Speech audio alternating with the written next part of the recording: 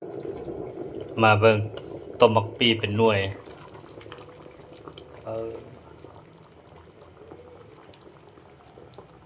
ต้มเป็นหน่วยจังซี่แล้วก็จำแจ่วกินแล้วก็แล้วเลยเฮ็ดแบบด่วนทันใจเนาะโอ้อันอ้อใส่อันตะฮอกทองแดงคือสิแซ่บอยู่เนาะอันนี้บ่ใส่ประมาณ15ตัวเนาะใส่ยอดวายได้แล้วก็ใส่ต้นปาล์มหวานนะใส่ยอดมันนะใส่ผักหอมผักแฮมอย่างครบถ้วนหมดเนาะมักแค้นน่ะมักเมือดอะไรอย่างใส่เนาะมักมาดนะใส่หัวขาอ่อนได้มีซีนฟานไก่ใส่คักอยู่นะกับอันใส่อันนกขวานะ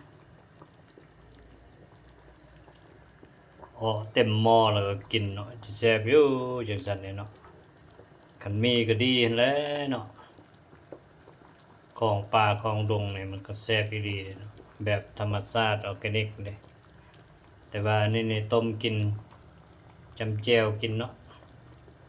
เพื่อแก้ไขไปก่อนเป็นแบบอันอาหารจานด่วนเนาะอะไรมีส่ำใดก็กินไปส่ำนั้นนั่นแหละ FC ทั้งหลายเอ้ย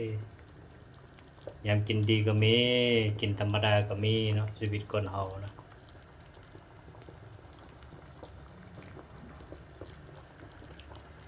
ให้มันเปื่อยหน่อยหนึงก่อนเนาะโอ้น้ำมันน่ะคือจะฟาดดีเว้ย พูดอ่ะหอมกุ่นเลยต้มอันนี้เนาะตอนมันก็กินเนาะน้ำมันก็กินอีกเนี่ยน้ำต้มมันนะมันกันตองมาจากอันน้ำมันนัวของมันนะบำรุงของมัน